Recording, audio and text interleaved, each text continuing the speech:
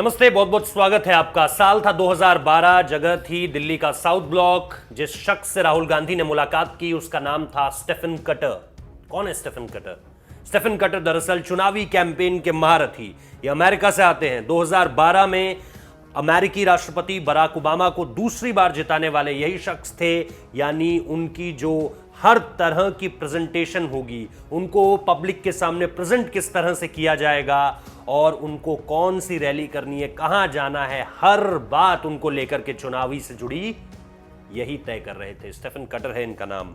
अब भारत में इनको लेकर के बातचीत क्यों हो रही है? इसलिए बातचीत हो रही है क्योंकि वो जो 2012 की मुलाकात थी, जब यूपीए 2 चल रही थी, राहुल गांधी बिल्कुल चौड़ में चला करते थे और हर किसी को, यहां तक कि एक वो किस्सा तो आपको याद होगा जब उन्होंने मनमोहन सिंह के सामने वो पूरा का पूरा बिल पूरी तरह से फाड़ दिया था और बता दिया था कि भैया सरकार जो है, जैसे रिमोट देख रहे हैं ना आप, ये सरकार जो है ये तो मम्मी जी ही चलाती है उनकी, यानी सोनिया गांधी ही चलाती हैं।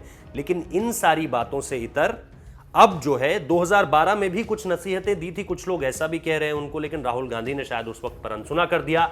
अब जो है राहुल गांधी कांग्रेस के 87वें अध्यक्ष, 87th प्रेसिडेंट बनने के लिए एक बार फिर से तैयारी कर रहे हैं। इस बार लग रहा है कि वो ध्रुवीकरण के रास्ते आएंगे। कैसे?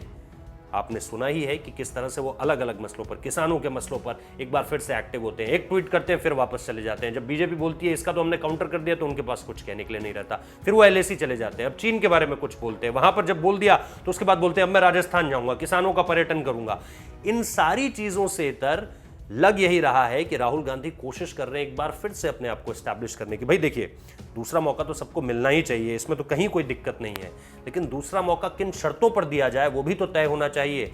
क्या जो पहली आपने गलतियां की थी, क्या आप उनसे कुछ सीख कर आ रहे हैं? ऐसा मुझे तो नहीं लगता है। आपको लगता है तो जरूर बताइएगा कि राहुल गांधी पहले से ज्यादा आपको मैच्योर लगते हैं, राहुल गांधी आपको पहले से ज्यादा कॉन्फिडेंट लगते हैं, या लगता है कि हाँ वो मोदी सरकार को पूरी तरह से चुनौती देते हुए, घेरते हुए जो है वो कहीं ना कहीं उनकी लोकप्रियता को कम कर देंगे?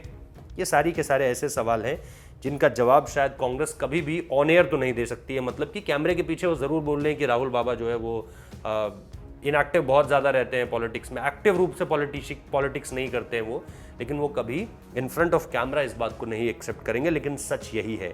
तो ऐसे में कटर साहब कितनी मदद करेंगे उनकी, ये तो फिलहाल वक्त बताएगा, क्योंकि आने वाले समय में निश्चित तौर पर यूपी है, सेमीफाइनल है, उससे पहले क्वार्टर फाइनल है, बंगाल का चुनाव है। बंगाल के चुनाव तक हालांकि उनकी मौजूदगी, उनकी प्रेजेंस इतनी ज़्यादा नहीं होगी, लेकिन ऑब्वियसली मिशन 2022 को तो वो देख रहे होंगे कि यूपी को अगर जीत लिया या यूपी में अगर किसी तरह का रिवाइवल ला दिया तो फिर खेल बदल सकता है। और जब यूपी का जिक्र आता है तो प्रियंका गांधी वाड्रा, जी हाँ, प्रियंका गांधी वाड्रा का नाम भी बहुत ज़्यादा दिलचस्प होता है।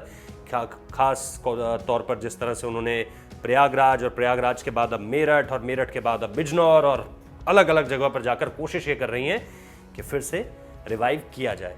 दिलचस्प है ये डेवलपमेंट। बहुत बहुत शुक्रिया इस वीडियो को देखने के लिए।